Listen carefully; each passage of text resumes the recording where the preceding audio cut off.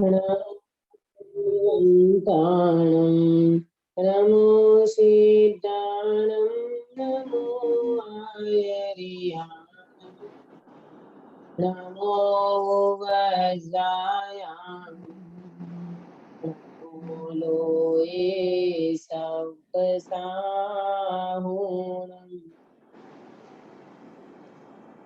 सुनीता जी मंगलाचरण करोगे? हाँ हाँ दीदी। रमणीय मत क्रम बंधने जग की सब पर्याय, निर्णय हो सर्वज्ञ का दृष्टि निज में आए। सकल द्रव्य के गुण अरूप पर्याय को जाने केवल ज्ञान, मानो इसमें डूब गए हो किंतु न छूटा उन्हें सुजान। जब जिसका जिसमें जिस फल में जिस विधि से होना जो कार्य, तब उसका उसमें उस फल में उस विधि से होता वह कार्य। जन्म मरण हो या सुख दुख हो अथवा हो संयोग वियोग, जैसे जाने है जिनवर ने वैसे ही सब होने योग्य। कोई न उनका करता हरता, उनका होना वस्तु स्वभाव।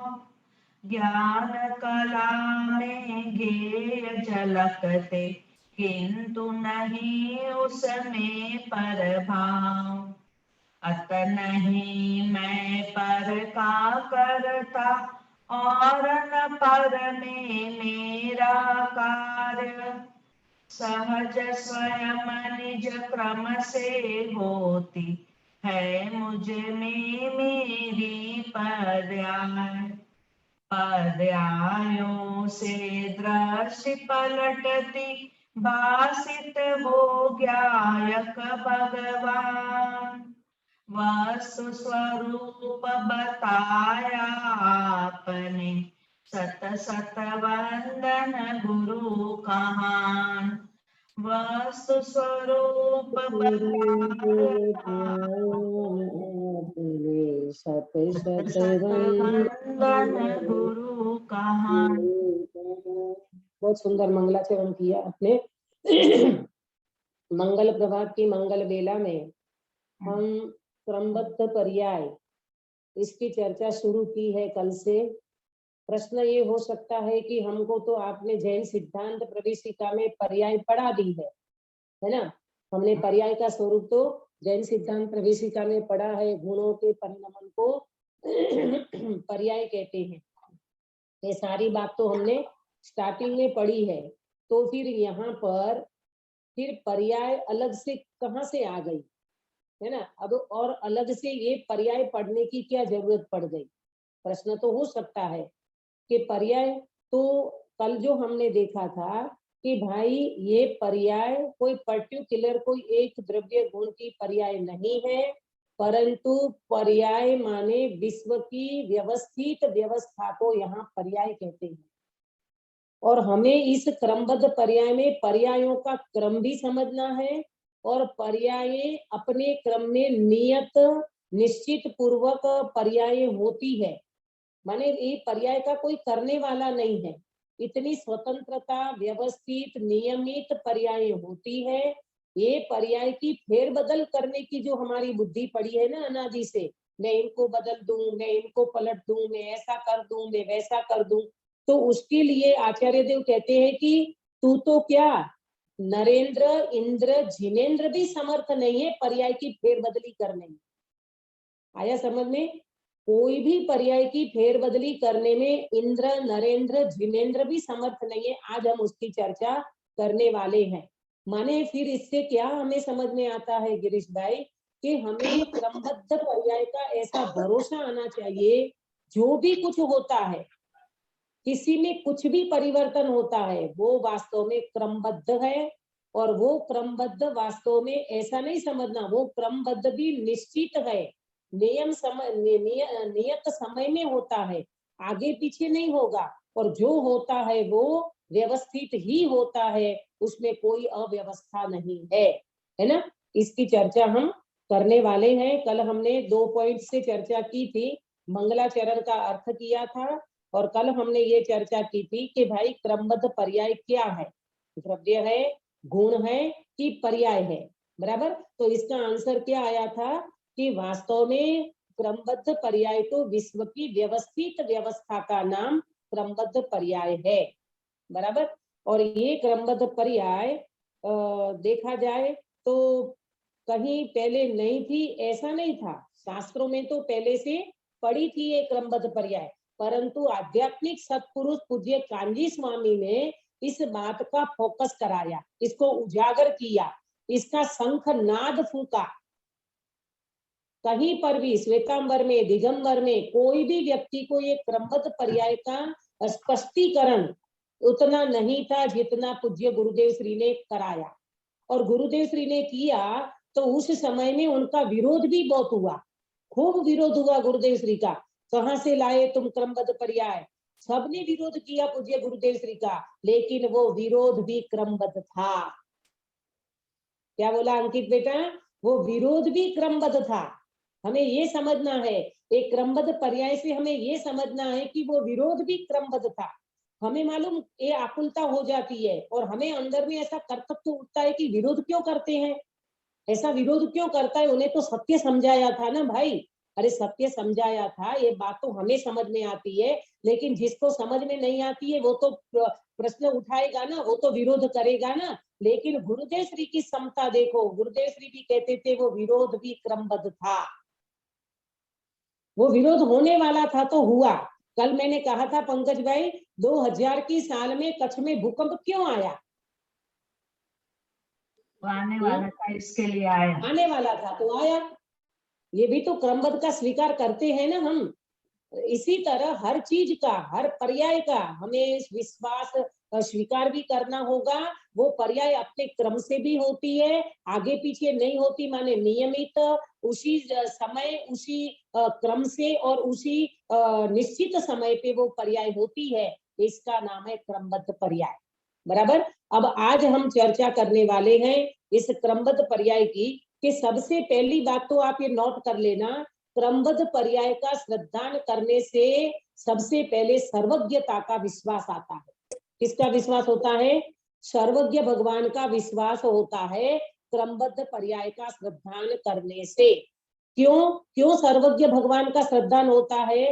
क्योंकि ये सारी पर्याय, देखो एक तो पहली बात है अंकित भैया, अपने ज्ञान का विषय नहीं है क्रमबद्ध पर्याय। पर्याय अपने अपने ज्ञान का विषय नहीं है। एक समय की पर्याय को तो केवली भगवान ही जान सकते हैं। अपने में तो बहुत समय, असंख्यात समय इकट्ठा करो तब एक पर्याय अपने को समझ में आती है। आया समझ में? सबसे पहली बात तो ये है, क्रमबद्ध पर्याय का विश्वास करने से पहले सर्वज्ञ भगवान का विश्वास होता है। हमें क्रमबद्ध पर्याय समझ में आ गई तो भी हमें ये समझना चाहिए कि सर्वज्ञ भगवान ने ही क्रमबद्ध पर्याय देखी है। सर्वज्ञ भगवान ने 3 काल 3 लोक के समस्त जीवों के द्रव्य गुण पर्याय, उनका कब क्या होना है क्या नहीं होना है, ये किसने देखा? तो बोले सर्वज्ञ भगवान ने। मालूम, आज अपन इस बिंदु की चर्चा करेंगे। सबसे पहला बिंदु मुझे ये चर्चा में लेना है कि सर्वज्ञ भगवान की श्रद्धा करने से हमारा क्या दोष दूर होगा। नंबर 1, आज का पहला क्वेश्चन, सर्वज्ञ भगवान की श्रद्धा करने से हमारा कौन सा दोष दूर होगा?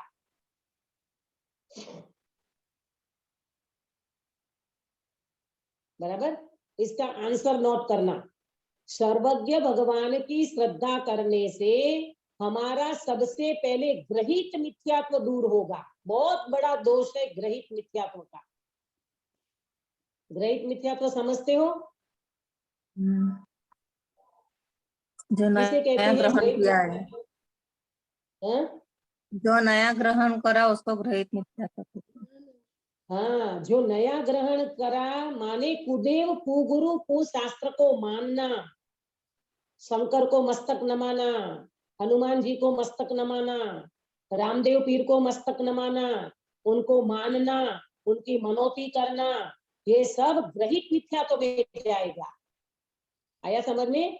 वास्तव में देखा जाए तो हमारे देव कौन है, ये तो हमारी ये भी बता देगी श्वेता। अपने देव कौन है, हमारे देव कौन है? भगवान महावीर स्वामी, हाँ, भगवान महावीर भगवान स्वामी। महावीर माने वितराग हमारे देव हैं। वितराग भगवान के अलावा हमारे कोई देव नहीं हो सकते। अरे सुनना ध्यान से, हम तत्व की इतनी ऊंची बात सुनते हो और हमारे कोने में कहीं पर भी ऐसा सिद्धांत पड़ा हो कि नहीं हनुमान जी को तो मानना चाहिए, रामदेव पीर को तो मानना चाहिए। हमारे कच्छ में तो बहुत चलता है रामदेव पीर का, यहाँ उनके दानी बन जाओ, उनके मनोती करो, उनके यहाँ रामदेव पीर के मेला लगता है तो उसमें जाओ। क्यों जाओ? हमारे वितराग देव के अलावा हमारा मस्तक कहीं पर भी नहीं झुकना चाहिए। क्यों नहीं झुकना चाहिए? कि सर्वज्ञ भगवान वितराग हैं, सर्वज्ञ हैं और हितोपदेशी हैं।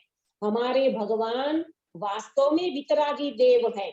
अच्छा, ये जो देव देवी की बातें आती है वो सरागी है कि वितरागी? अंकित भैया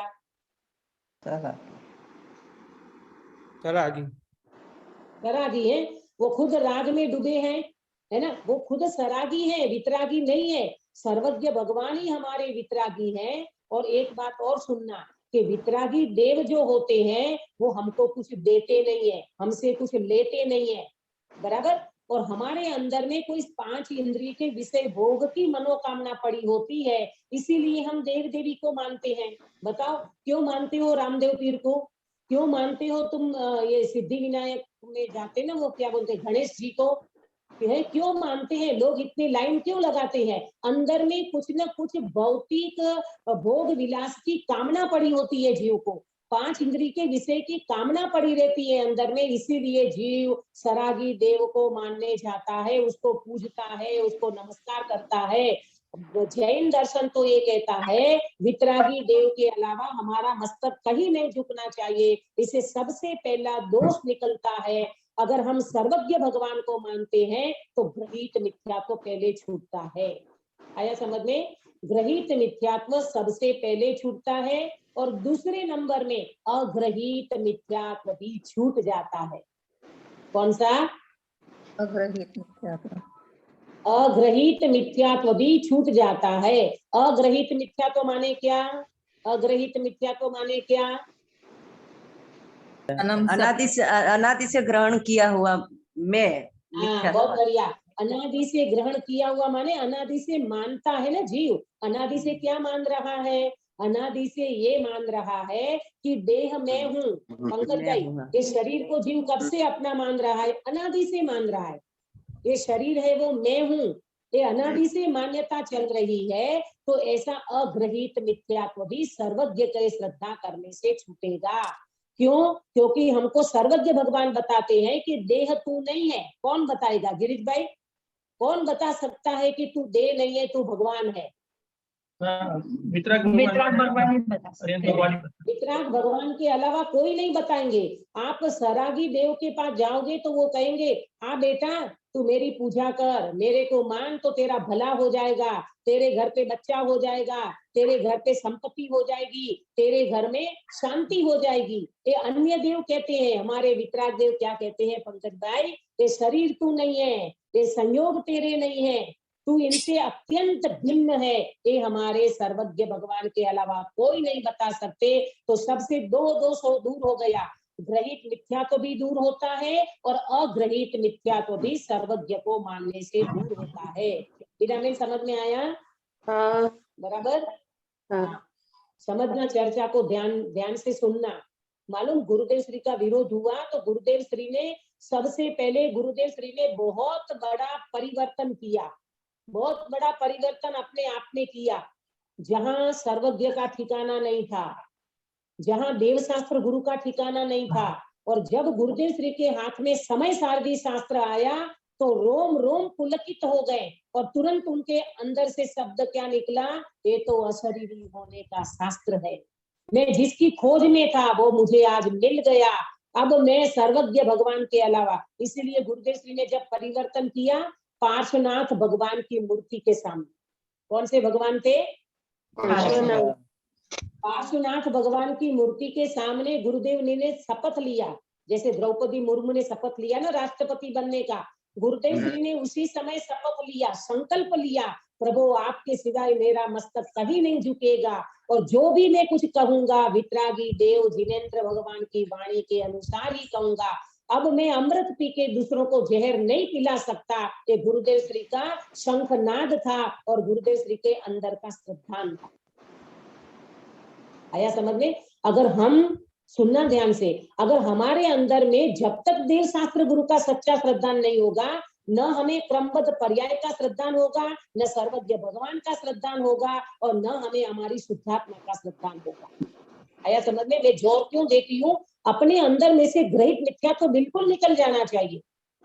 मेरे घर पे बच्चा नहीं होता तो नहीं होता, मुझे नहीं चाहिए बच्चे, लेकिन बच्चे के लिए मैं किसी के चरण में मस्तक नहीं झुकाऊंगा। जो अन्य देव देवी सरागी देव देवी है, जिसको मानने से आगम में ऐसी बात आती है, आपने पहले भी मैंने शायद आपको कहा होगा, कोई एक व्यक्ति पर पुरुष के साथ कितने बताया, 4,000 से भी 4 लाख से भी ज्यादा कुछ उसका अंक आता है ना। इतने पर पुरुष के साथ कोई एक व्यक्ति अपने कुशील का सेवन करे, उससे भी अनंत गुना पाप लगता है ग्रहित मिथ्यात्व को, यानी कुदेव को मानने से। बोलो, आया समझ में? क्यों पाप लगता है इतना? अपन थोड़ा विचार तो करें, क्यों पाप लगता होगा? वो इसीलिए लगता है, आपके अंदर में अभी भी संसार की वृद्धि करने का भाव पड़ा है। आपको भव भ्रमण का डर नहीं लगा है, आपको भव का अभाव करके भगवान बनने का अंदर में कोई उत्साह नहीं जागृत हो रहा है। आपको तो ये लगता है हाँ भगवान हमारे घर में बच्चा हो जाए तो हमारा संसार सुखी हो जाए, मेरे घर में संपत्ति हो जाए तो मैं सुखी हो जाऊं, मेरे घर में पैसा हो जाए तो मैं सुखी हो जाऊं। और भगवान कहते हैं पैसा तेरी चीज नहीं है, भगवान कहते हैं तो जड़ पुद्गल है। गुरुदेव श्री क्या कहते थे? धूड़पति। आ बद्दा बैठा के धूड़पति, करोड़पतियों को धूड़पति गुरुदेव कहते थे। और हम उन धूड़ को एकदम सर्वस्व मानने लग जाए तो ये हमारा मिथ्यात्व नहीं है तो क्या है? बोलो, पैसे से कौन सुखी हो सकता है? अंकित भैया, कोई भी नहीं। कोई नहीं। पैसे से कोई सुखी नहीं हो सकता। अगर पैसे से सुखी होते तो आज अंबानी बहुत सुखी होता। हमारी दृष्टि में लगना चाहिए कि अंबानी सुखी है कि दुखी है। आया समझ में? देखो, पैसे से व्यक्ति सुखी होता तो हमारे निर्ग्रंथ मुनिराज बहुत दुखी होना चाहिए। पंकज भाई लॉजिक से समझना, हमारे निर्ग्रंथ मुनिराज के पास तो वस्त्र का धागा भी नहीं है और कृपाणु देव ने अपूर्व अवसर में यही तो बात बताई। और भावना भाई 16 साल की उम्र में अपूर्व अवसर ये वो प्यारे आवसे प्यारे थई शो बाह्यांतर निर्ग्रंथ जो। हे भगवान, ऐसा अपूर्व अवसर कब आएगा? जब मैं बाह्य और आभ्यंतर निर्ग्रंथ मुनि पद को धारण करूंगा। बाह्य और आभ्यंतर परिग्रह से रही, बाहर में एक वस्त्र का धागा भी मेरे शरीर पर नहीं होगा, ऐसी नग्न दिगंबर दीक्षा में धारण करूंगा और अंदर में अभ्यंतर परिग्रह मेरे अंदर में नहीं होगा, राग द्वेष की ग्रंथि में छोड़ूंगा। ऐसा अपूर्व अवसर मुनि पद मेरे को कब आएगा? ये भावना 16 साल की उम्र में श्रीमद राजचंद्र जी ने की है। आया समझ में? तो बात क्या चल रही है? बात ये चल रही है कि क्रमबद्ध पर्याय को हमें मानना है। इससे पहले सर्वज्ञ का श्रद्धान होना चाहिए और सर्वज्ञ का श्रद्धान करने वाले व्यक्ति के जीवन में से 2 दोष सबसे पहले जाता है, ग्रहित मिथ्यात्व का दोष और अग्रहित मिथ्यात्व का दोष। बराबर? इसके बाद तीसरे नंबर में सर्वज्ञ का श्रद्धान होता है, यानी वो सर्वज्ञ का विश्वास आ जाता है। सर्वज्ञ का विश्वास आने से अपनी आत्मा का भी विश्वास हो जाता है। ये है क्रमबद्ध पर्याय को मानने से इस जीव को फायदा होता है, ये लाभ होता है।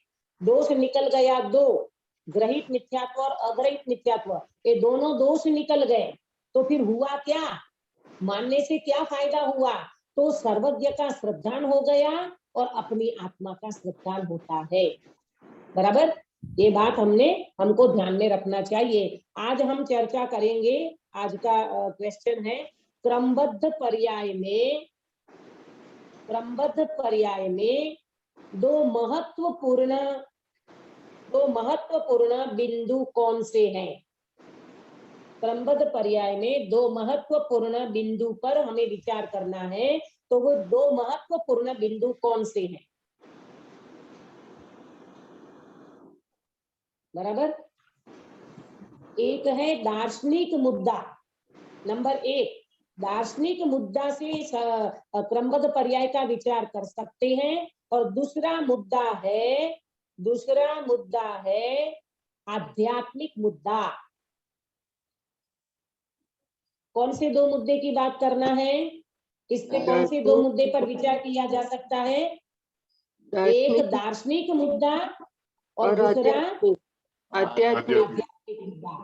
बराबर, अब पहले आपको ये समझ में आना चाहिए दीदी, दार्शनिक मुद्दा माने क्या और आध्यात्मिक मुद्दा माने क्या। सुनीता जी, आपको पकड़ में आया, नहीं आया? हाँ, नहीं, दार्शनिक श्रद्धा हाँ, दार्शनिक मतलब श्रद्धा करना। श्रद्धा का विषय। मैं बताती हूँ, उसका मीनिंग मैं बताती हूँ। आपने नोट क्या किया, क्रमबद्ध पर्याय में महत्वपूर्ण दो बिंदु कौन से हैं जिसके ऊपर हमें विचार करना चाहिए। तो दो मुद्दा बताया, एक दार्शनिक मुद्दा और एक आध्यात्मिक मुद्दा। हाँ। अब मैं आपको ये बताऊंगी कि दार्शनिक मुद्दा किसे कहते हैं। नोट करो, दार्शनिक मुद्दा किसे कहते हैं। बराबर, दार्शनिक मुद्दा माने क्या, सर्वज्ञता की सिद्धि, ये दार्शनिक मुद्दा है। क्या बोला, सर्वज्ञता की सिद्धि करना, ये दार्शनिक मुद्दा है।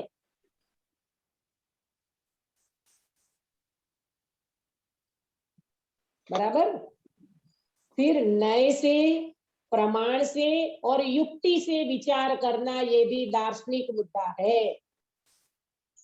नए से, प्रमाण से और युक्ति से विचार करना, ये दार्शनिक मुद्दा है। युक्ति से विचार करना, युक्ति अपन युक्ति लगाते ना, युक्ति लगाओ। हाँ, नए से, प्रमाण से, युक्ति से विचार करना, इसको कहते हैं दार्शनिक मुद्दा। ये क्रमबद्ध पर्याय दो तरह से विचार किया जाता है। क्रमबद्ध पर्याय का ये दार्शनिक मुद्दा में हमने बात की ना, सर्वज्ञता की सिद्धि, सर्वज्ञ भगवान की सिद्धि करो, तो ये दार्शनिक मुद्दा है।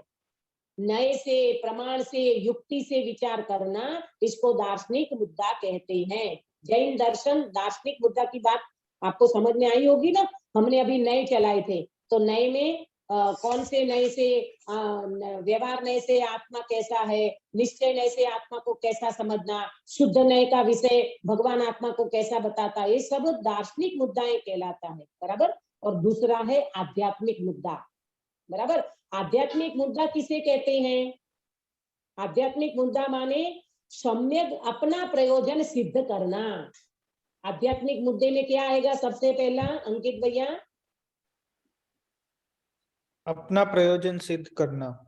अपना प्रयोजन सिद्ध करना, ये आध्यात्मिक मुद्दा है। सम्यक दर्शन की प्राप्ति कैसे होगी, ये आध्यात्मिक मुद्दा है।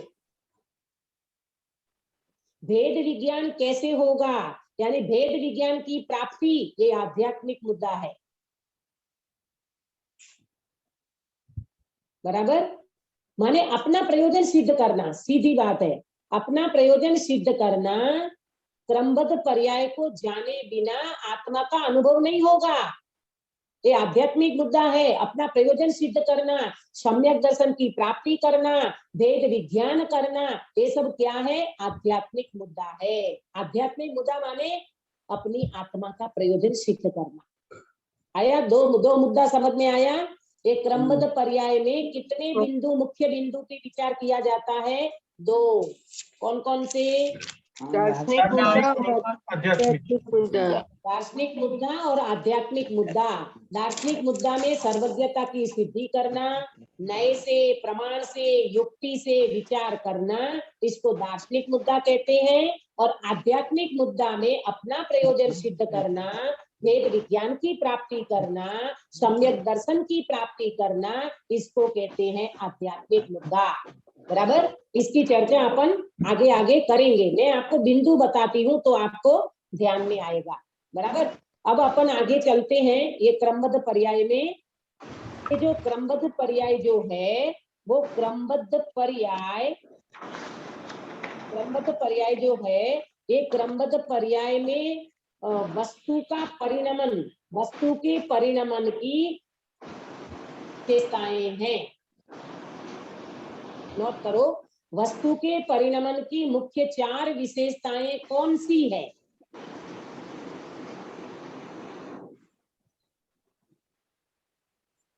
ये बात आपको समझ में आ रही है ना? ये क्रमबद्ध पर्याय तो क्रम से परिणमन होता रहता है, तो ये वस्तु का परिणमन तो निरंतर होता है, उसमें 4 मुख्य विशेषता कौन सी है?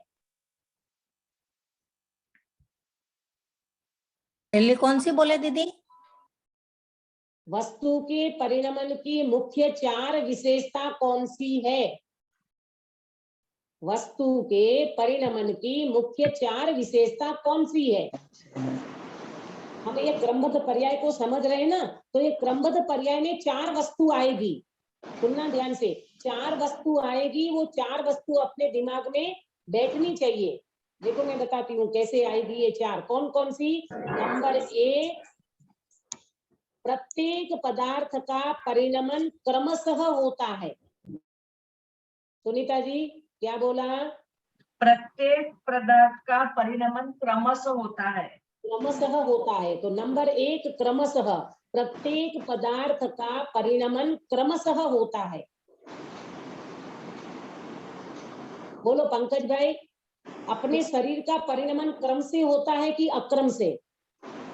क्रम से होता है ना। पहले अपन बचपन में अपन छोटे थे, फिर अपन किशोर अवस्था में आए, फिर युवा अवस्था में, फिर प्रौढ़ अवस्था में, फिर वृद्धावस्था। तो ये शरीर का भी परिणमन क्रम से होता है। मैं आपको क्रम, पहले नंबर का क्रम बता रही हूँ। 4 विशेषता में से पहली विशेषता है, कोई भी वस्तु का परिणमन क्रम से होता है।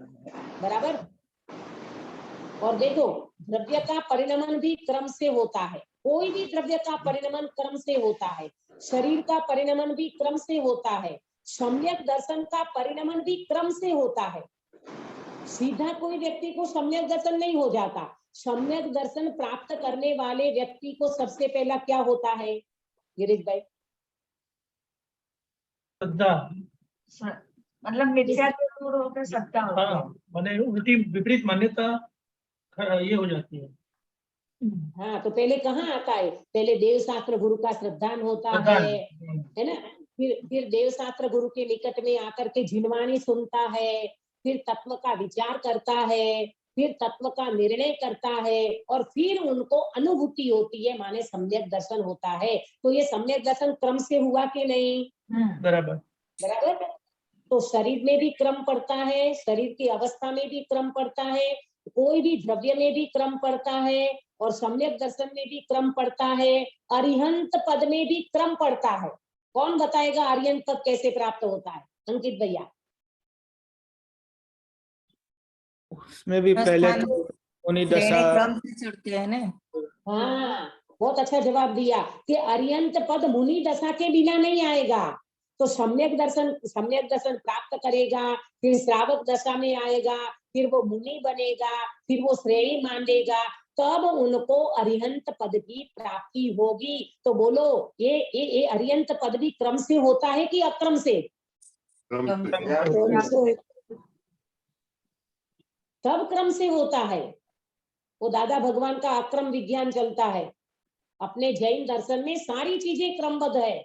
आप कहीं पर भी उथल पुथल नहीं कर सकते, एक पर्याय को इधर उधर भी नहीं कर सकते। ऐसे क्रमबद्ध पर्याय का भरोसा करना माने सर्वज्ञ का भरोसा करना। सर्वज्ञ भगवान ने ऐसा क्रम देखा है, ऐसा क्रम पूर्वक सब वस्तु का परिणमन देखा है, और ऐसे परिणमन का स्वीकार करते अपने परिणमन का भी स्वीकार करना कि मेरे अंदर में भी पर्याय जो चल रही है, परिणमन जो चल रहा है वो भी क्रम से चलता है। बराबर, तो बात समझ में आई। अच्छा, सिद्ध भगवान सिद्ध पद भी क्रम से आता है।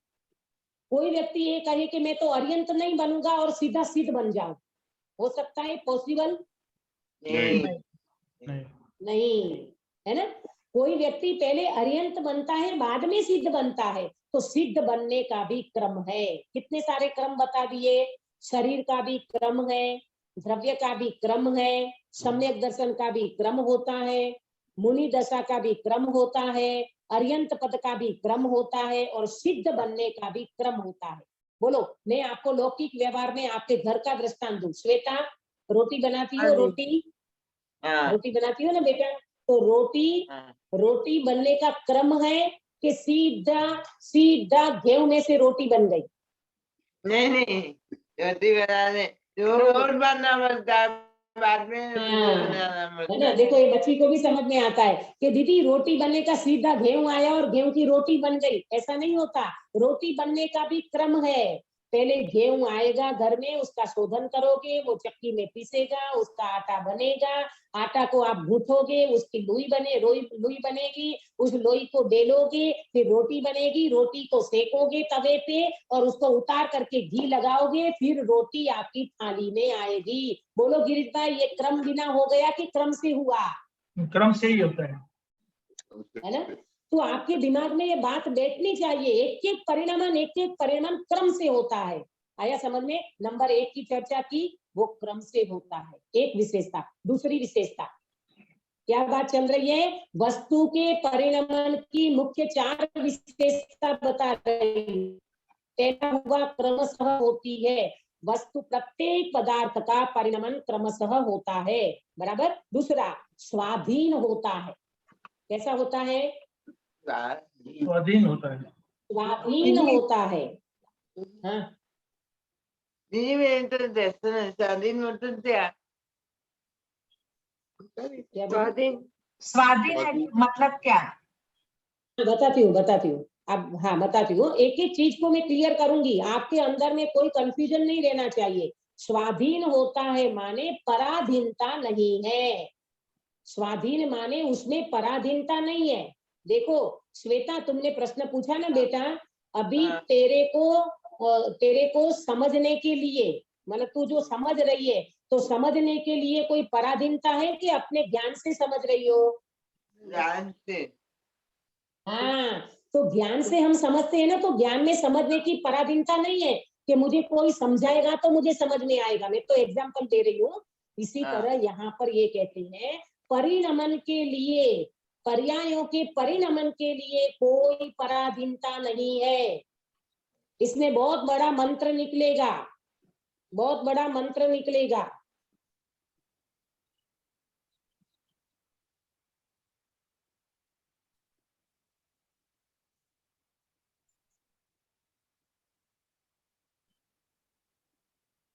हाँ, आया समझ में? परिणमन के लिए पराधीनता नहीं है। बराबर। अच्छा देखो, बचपन से लेकर के आज तक हम 60 साल के हो गए, तो बताओ ये 60 साल के लिए हमको किसकी मेहरबानी से हुए? किसकी कृपा से आज हम 60 साल के हो गए? स्वयं हुए। हाँ, अरे हमारे शरीर के परिणमन के लिए भी, सुनना ध्यान से, हमारे शरीर के परिणमन के लिए भी कोई पराधीनता नहीं है, क्योंकि इसका परिणमन स्वतंत्र चल रहा है। आया समझ में? ये किसी भगवान की कृपा से शरीर नहीं हुआ 60 साल का। किसी ने हमारे ऊपर आशीर्वाद दिया कि तुम 60 साल के हो जाओ, उससे हुए हैं हम 60 साल के? नहीं, ये वस्तु का परिणमन बिल्कुल स्वतंत्र स्वाधीन है, इसमें बिल्कुल पराधीनता नहीं है।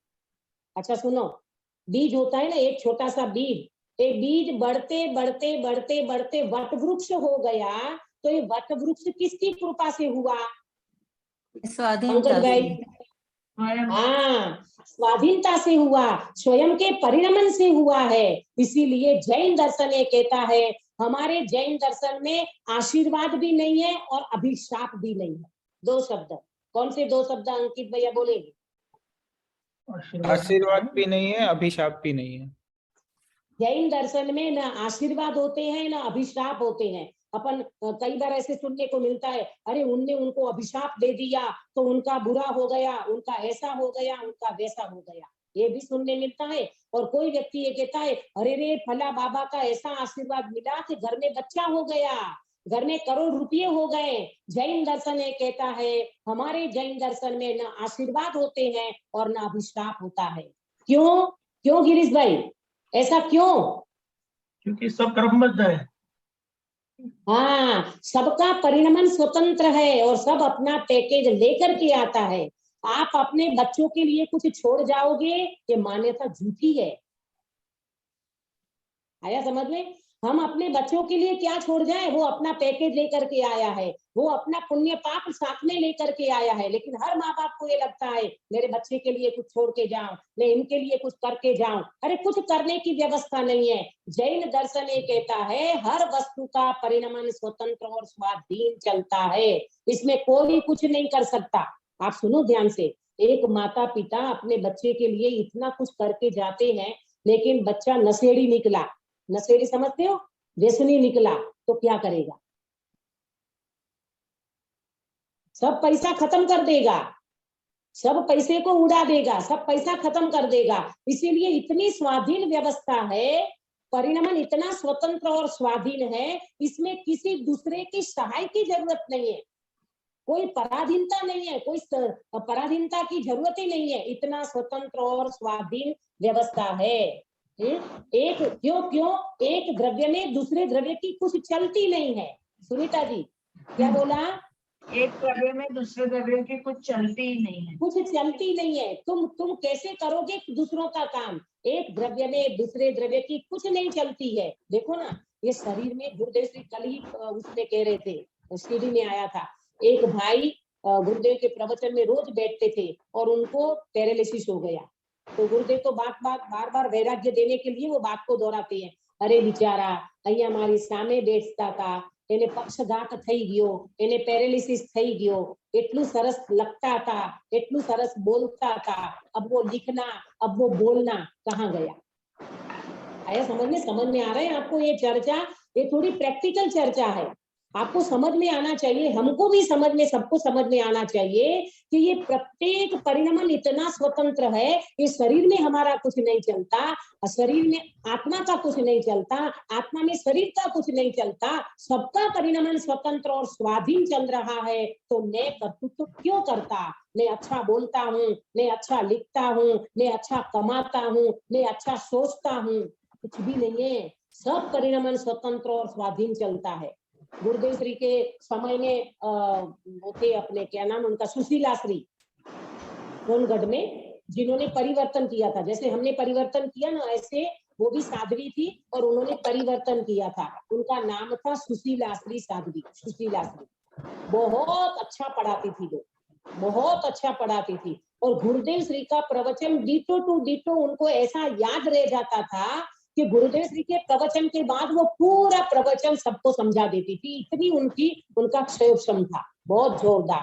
लेकिन अंतिम समय में, जब उनका अंतिम समय आया, तो उनको ऐसा हो गया, किसी को पहचाने नहीं, किसी को देखे तो कुछ उनको याद भी नहीं आवे, किसी को पहचाने नहीं, वो बात तो छोड़ो। लेकिन ऐसा हो गया कि बहुत कहना चाहिए कि उनके क्षयोपशम की ऐसी विकृति हो गई कि बहुत ही, मतलब क्षयोपशम तो कहाँ चला गया, किसी को पहचान नहीं पाए, ऐसी स्थिति बन गई उनकी कि अपन उनकी कल्पना नहीं कर सकते। बताओ, एक समय का क्षयोपशम ज्ञान कितना जोरदार था, आज वो क्षयोपशम ज्ञान कहाँ चला गया? आया समझ में?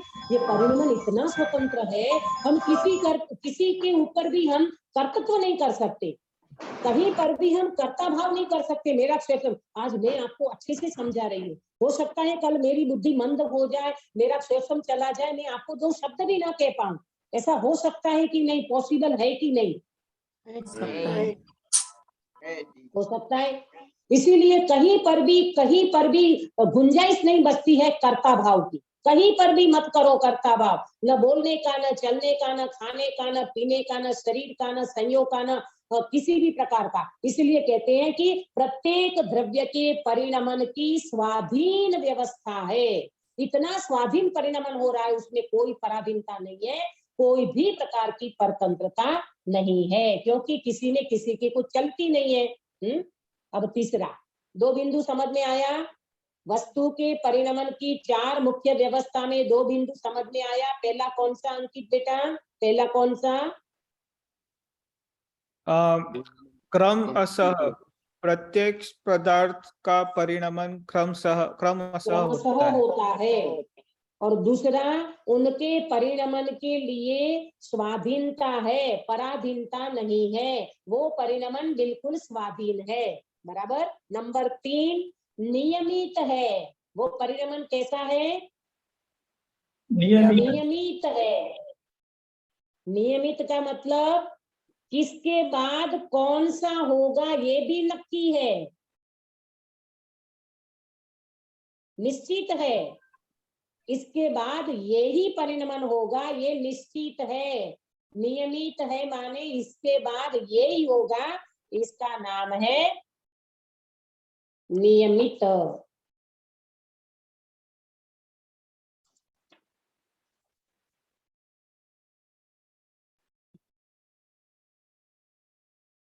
बराबर। इसके बाद यही होगा, ये नियमित है। देखो, जैसे किसी व्यक्ति को सम्यक दर्शन की प्राप्ति होती है, बराबर, तो कितनी लब्धियां होती है? 5 लब्धि। 5 लब्धि पूर्वक सम्यक दर्शन होता है। कौन सी 5 लब्धि? नाम आता है किसी को? सम विशुद्धि, देशना, प्रायोगिक और करण लब्धि। वाह रे वाह, किसने बोला? सुधाबेन। बहुत बढ़िया। हाँ, सुधाबेन, बहुत बढ़िया, है ना। ये 5 लब्धि पूर्वक किसी भी जीव को सम्यक दर्शन की प्राप्ति होती है। क्षेम लब्धि, विशुद्धि लब्धि, देशना लब्धि, प्रायोग्य लब्धि और अंत में है करण लब्धि। ये 5 लब्धि है। 5 लब्धि का चैप्टर भी अलग से पढ़ाया जाता है। अभी तो आपको नोट करना हो तो नाम नोट कर लो। क्षेम लब्धि नंबर 1, नंबर 2 विशुद्धि लब्धि, नंबर 3 देशना लब्धि, नंबर 4 प्रायोग्य लब्धि और नंबर 5 करण लब्धि। बराबर। तो क्या बतलाते हैं यहाँ पर आचार्य देव सर्वज्ञ भगवान कि उन पर्यायों का क्रम सुनिश्चित है। ये सारी लब्धियां भी क्रम से होती है। सुनीता जी, समझ में आया आपको? लब्धि समझ में आई आपको? हाँ। ये जो लब्धियां है ना, 5 लब्धि, वो क्रम से होती है। पहले क्षेम लब्धि होगी, फिर विशुद्धि होगी, फिर वो जीव विशुद्धि के कारण से देशना सुनेगा, देशना लब्धि प्राप्त होगी, फिर वो प्रायोग्य लब्धि में जाएगा और करण लब्धि में जाएगा, तब सम्यक दर्शन की प्राप्ति होगी। उसका डिटेल कभी अपन लब्धि का स्वरूप समझेंगे। हमारी सीमा दीदी अच्छा समझाती है, कभी उनसे सुनना, बहुत अच्छा पढ़ाती है वो 5 लब्धि। तो मेरे को तो ये बताना था कि ये जो हमने लब्धि की बात की ना, तो ये लब्धि भी क्रम से होती है। आया समझ में? सम्यक दर्शन की प्राप्ति भी क्रम से होती है, और क्रम से होती है कि मतलब इसके बाद ये ही होगा। ये नियमित का मैं मीनिंग बता रही हूँ। नियमित माने सुनिश्चित क्रम है, इसके बाद ये ही होगा। देखो, कोई जीव को सीधे सीधा सम्यक दर्शन नहीं हो जाता। सुनना ध्यान से, कोई जीव को सीधे सीधा सम्यक दर्शन नहीं हो जाता। सबसे पहले वो देवशास्त्र गुरु के निकट में आता है, वाणी सुनता है, तत्व का विचार करता है, निर्णय करता है, फिर उसको अनुभव होता है। ये राजमार्ग है। आया समझ में? तो क्या मैं बता रही थी आपको कि ये परिणमन का क्रम भी नियमित है। वस्तु के परिणमन का क्रम भी नियमित है। इसके बाद किस समय कौन सी पर्याय होगी ये भी। द्वारिका नगरी 12 साल के बाद जलने वाली है, तो ये क्रम नियमित था कि अनियमित था? नियमित नियमित है ना। इसके बाद यही होगा। नेमिनाथ भगवान के केवल ज्ञान में तो वो चीज आई गई थी, बराबर।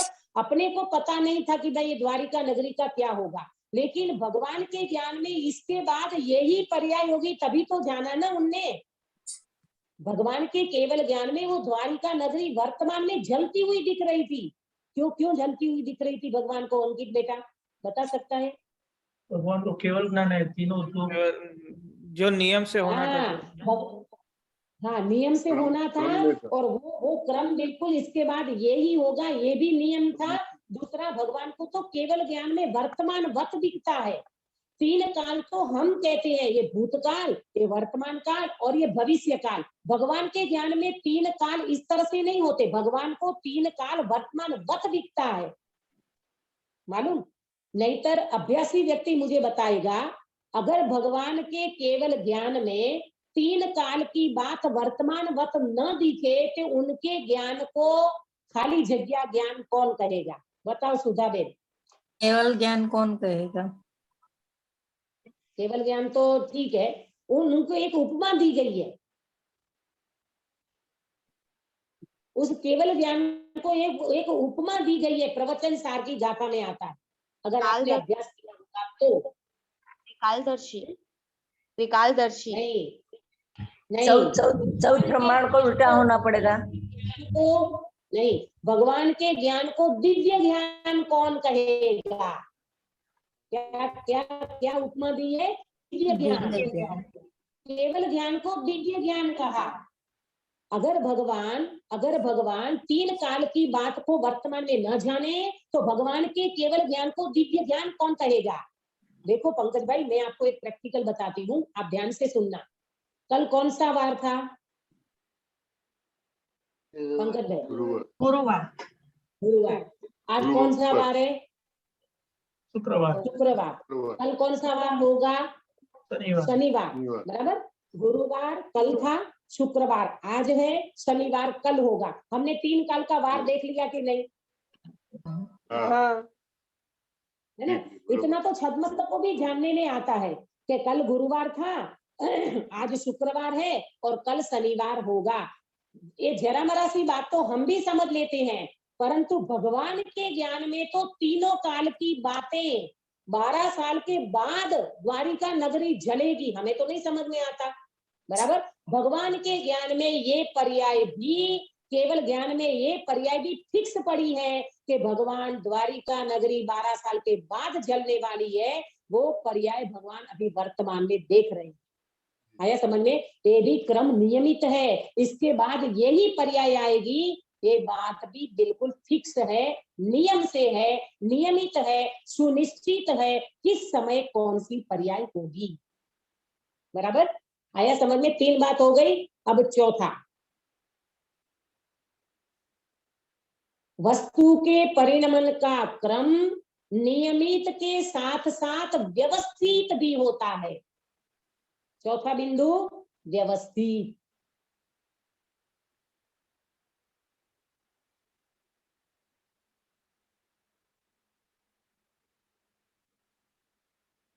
फिर से दीदी। फिर से बोलती हूँ, वस्तु के परिणमन का क्रम नियमित के साथ साथ व्यवस्थित भी होता है। ये चौथा बिंदु है व्यवस्थित का। कितने बिंदु पढ़ लिए सुनीता जी? बोलना एक बार। 4 बिंदु पढ़ लिए। पहले एक के परिणमन क्रमशः होता है, फिर दूसरा स्वाधीन होता है, वस्तु का परिणमन स्वाधीन होता है, नियमित होता है, और वस्तु का परिणमन नियमित होता है, और चौथा व्यवस्थित होता है। वस्तु का परिणमन क्रम के साथ, नियमित के साथ साथ व्यवस्थित भी होता है, अर्थात द्रव्य, क्षेत्र, काल, भाव के सुमेल पूर्वक होता है। ये नोट करना, द्रव्य, क्षेत्र, काल, भाव के सुमेल पूर्वक होता है। मैं बताऊंगी अब कैसे होता है। देखो क्या बोला अंकित भैया, एक बार बोलिए। अंकित भैया बोलेंगे।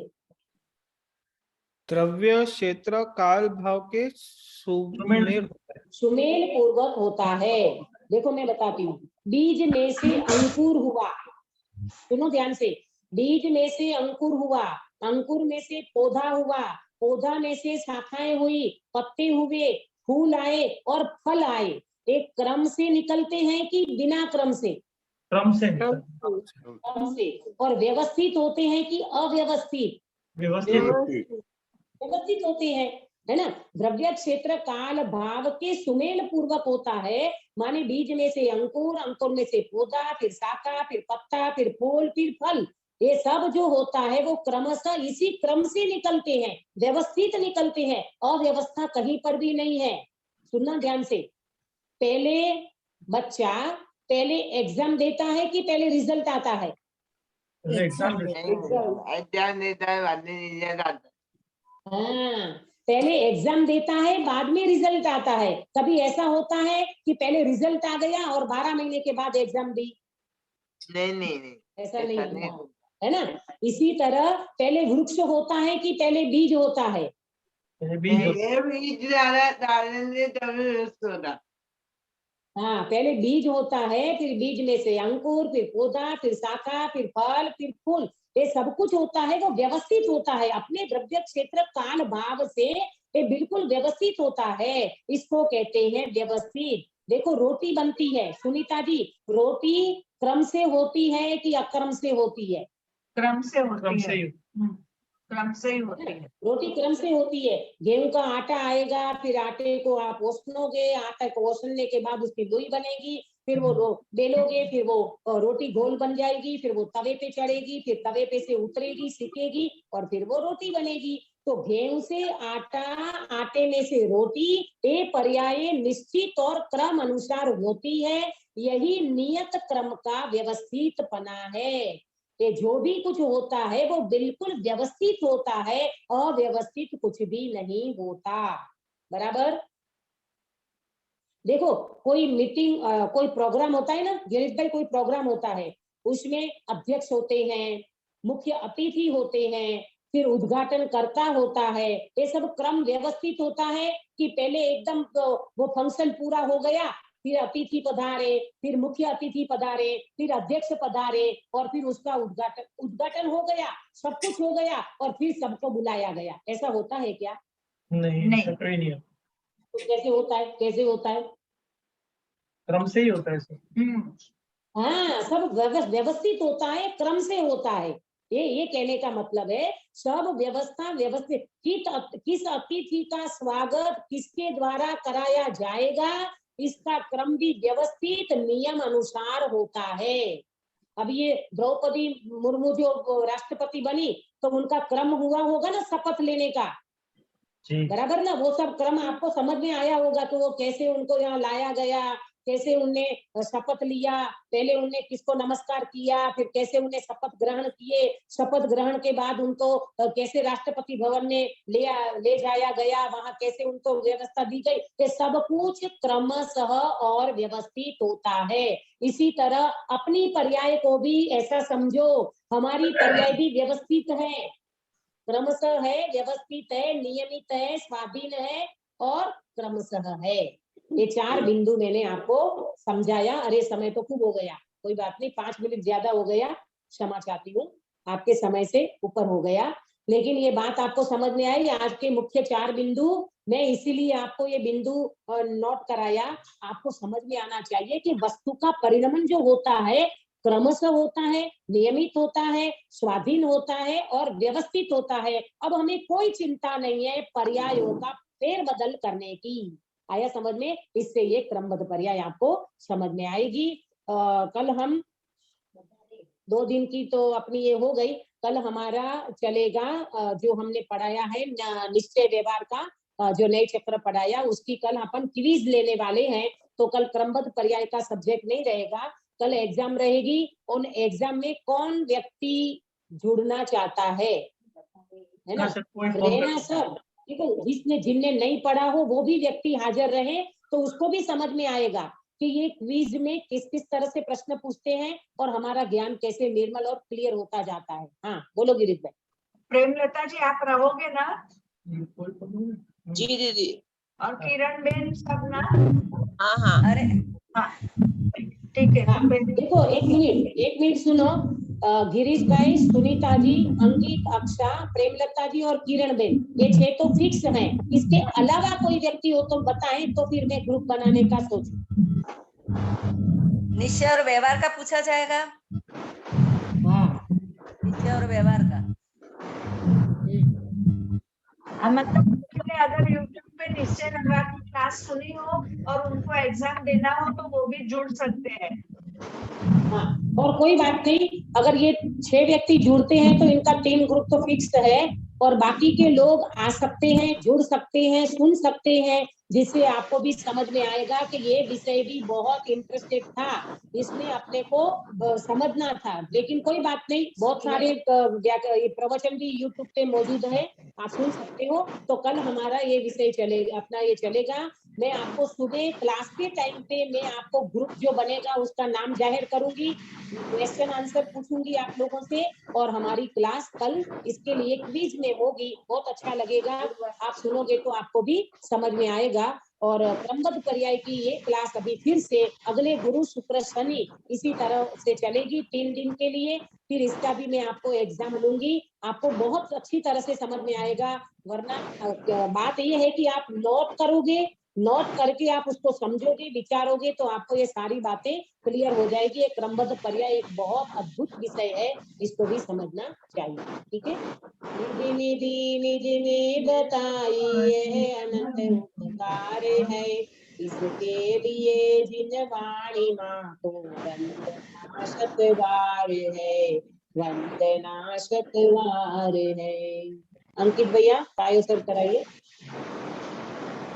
नमो अर्यंताणं नमो सिद्धाणं नमो आयर्याणं नमो उवज्जाणं नमो लयसवसाहुणं नमो अर्यंताणं नमो सिद्धाणं नमो आयर्याणं नमो उवज्जाणं नमो लयसवसाहुणं नमो अर्यंताणं नमो सिद्धाणं नमो आयर्याणं नमो उवज्जाणं नमो लयसवसाहुणं नमो अर्यंताणं नमो आयर्याणं नमो उवज्जाणं नमो लयसवसाहुणं नमो सिद्धाणं नमो आयर्याणं नमो उवज्जाणं नमो लयसवसाहुणं नमो अर्यंताणं नमो सिद्धाणं नमो आयर्याणं नमो उवज्जाणं नमो लयसवसाहुणं नमो अर्यंताणं नमो सिद्धाणं नमो आयर्याणं नमो उवज्जाणं नमो लयसवसाहुणं नमो अर्यंताणं नमो सिद्धाणं नमो आयर्याणं नमो उवज्जाणं नमो लयसवसाहुणं नमो अर्यंताणं नमो सिद्धाणं नमो आयर्याणं नमो उवज्जाणं नमो लयसवसाहुणं नमो अर्यंताणं। बोलो अंतर्भंग मुद्राधारी सर्व जिनेन्द्र भगवान की जय जय हो। हो। जय हो। नित्यगोविनी द्वादशांगी जिनवाणी माता की जय हो। जय हो। 3.9 करोड़ सर्वे वितरागी महामुनि राजों की जय जय हो। हो। परम अहिंसा में वितरागी जैन धर्म की जय जय हो। हो। सभी जय को जय जिनेन्द्र। जय जिनेन्द्र। अक्षा कहाँ गई? अक्षा कहाँ गई ना? अक्षर इधर अभी अभी अभी बस पहुंचेगी, एयरपोर्ट पे उतरी है, पुनीत और सहकाली लेने गए हैं उससे, तो अभी बस आएगी। 2 घंटे में आ जाएगी। 2 घंटे लगेगा उसमें। अच्छा अच्छा बढ़िया, चलो कल कल मिलेंगे। मिलेंगे।